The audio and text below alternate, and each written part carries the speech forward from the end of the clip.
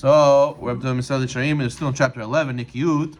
So we said Ga'ava is haughtiness, where you think you're a big shot and you deserve to decide everything, and everything shall go according to the way you want it. But we know that that's not true, that Hashem runs the world. So therefore, the one thing that leads directly from Ga'ava, a person who has a lot of haughtiness, thinks he's a big shot, leads to a lot of anger also. So it says the Misal Sharim, Nedaber Ata Mikas, הנה יש לי רגזן שאמרו עליו כל הכועס כאילו עובד עבודה זרה. The highest level is where a person is always gets angry and physically angry, and you show his anger. He is like a person who served avodah zarah. Now, what happens to him?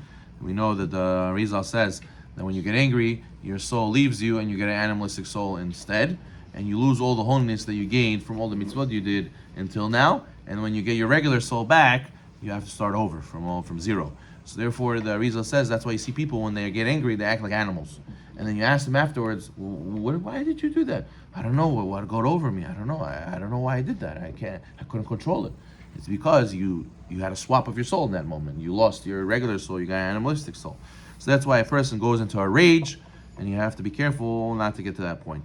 But then there's people who get angry, or our younger generation like to call it. They get tight.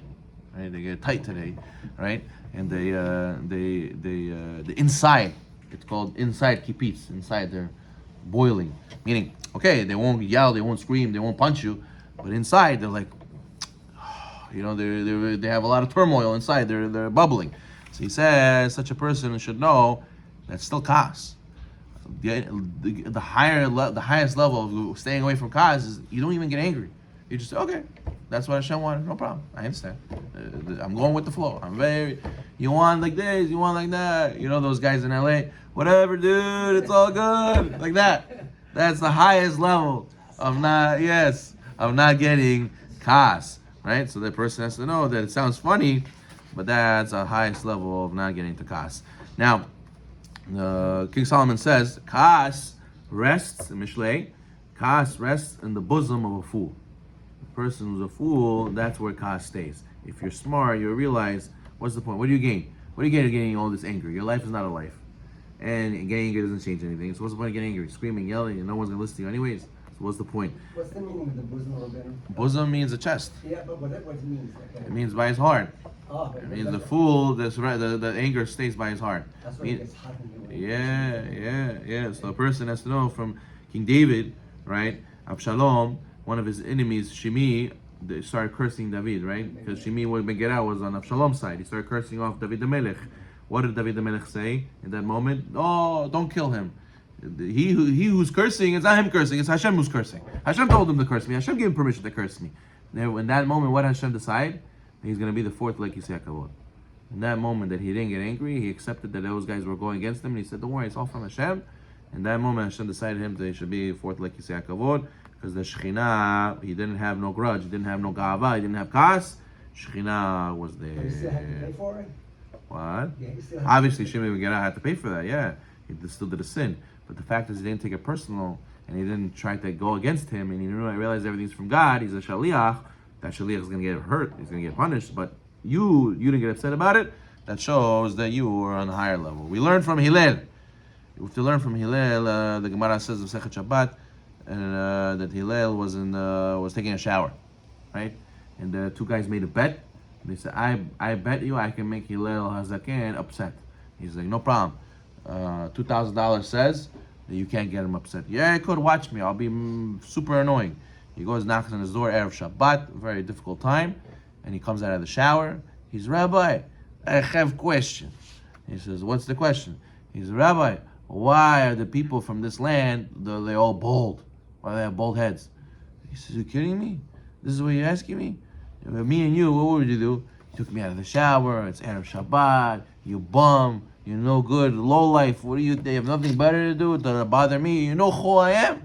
I'm Hillel Hazaken, the leader of the generation. And you waste my time talking about some guy who's bald. What's wrong with you? Sick? But he didn't do that. What did he say? He said, oh, my son, very good question. Let me tell you why. And he told them, he gave him some answer. The midwives, they're not good at birthing them, so they have this issue with their head, whatever it is. So then he left, and then he goes back in the shower, And he knocking on the door, same guy. He says, yes, how can I help you?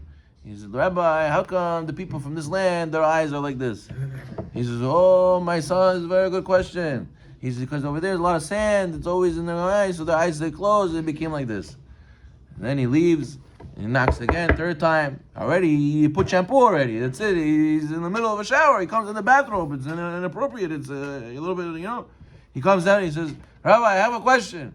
He says, why come the Africans, their feet are so wide, so big? He says, oh, you my friend, you asked a very good question. They live in a very swampy area. They have to have good feet. It's a very bumpy place, whatever. Me and you, we would take this guy, flung him to who knows where, break him in half, tell him, yeah, I never want to see your face again. But what? Hillel was humble. Even though he was Gadol Ador, he says, who am I that my time is more important than his?